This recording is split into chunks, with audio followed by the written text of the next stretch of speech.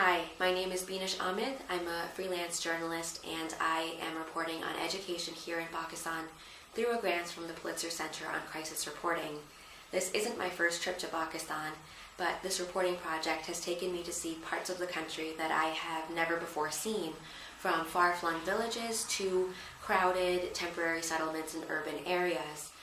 My family is Pakistani, and I have something of a personal connection to the issue of education here. My grandfather was an educationist and started a successful chain of schools in the city of Peshawar.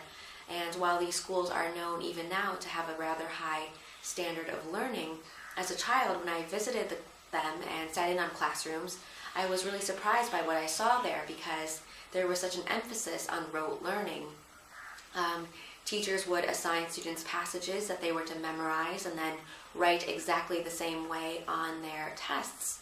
And that was something that was very, very different for me, very different to the educational model that I had been used to growing up in the U.S. And one of the first stories that I reported was looking into the impact of rote learning and what's being done, if anything, to change this model.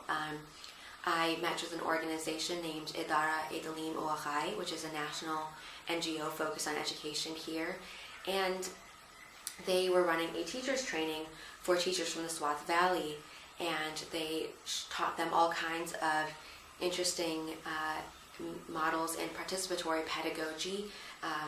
But the teachers there said, this is all great, but sometimes we have up to 100 students per classroom, so it's impossible for us to have this sort of interaction take place. There would be sheer chaos. And of course, the Swat Valley is one that is still recovering from the Taliban insurgency a few years ago, where many, many schools were blown up and many more were blown up by the Taliban, and many more were destroyed by the Pakistani army to keep them from being bases for militancy. And so these teachers were faced with a very difficult dilemma, and I thought this was really interesting given that Malala Yousafzai, the educational activist from the Swat Valley, who had worked so hard to create a better learning environment and promote education for girls and boys in her region. And Malala, the issue remains very fraught, and of course the image of Malala in Pakistan remains very fraught. When I was doing my work, oftentimes the first question I would get as I explained to people my project would be, so Malala, what do you think about her really? And then they would proceed to tell me about their own theories. There are a lot of conspiracy theories about Malala here. Many believe that she was working on behalf of foreign intelligence agencies, that she staged the attack against her so that she could get asylum in the West.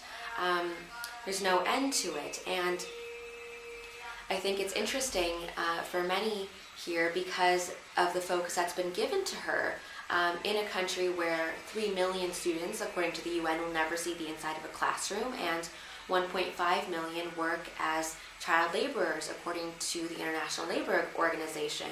So for a lot of Pakistanis, they look at Malala and her accolades and the laurels she's been given and the attention she's been given by the foreign press, and they say, but there are so many more like her.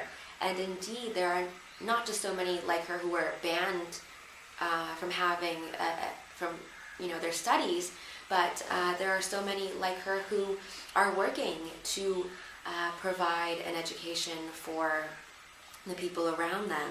I met with one such man named Harun Yassin. He's a college student, and he started a school in the slum where his maid lives, and he was really surprised by the great divide and hesitancy that he saw on the part of students and parents, to the extent where they pulled their students out of school because of rumors, because of mistrust.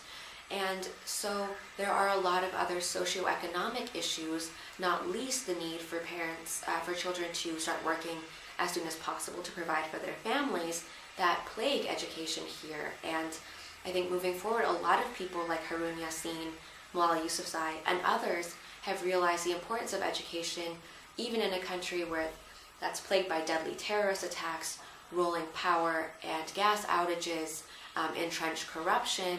Education still remains a major issue because it really speaks to the future of the country.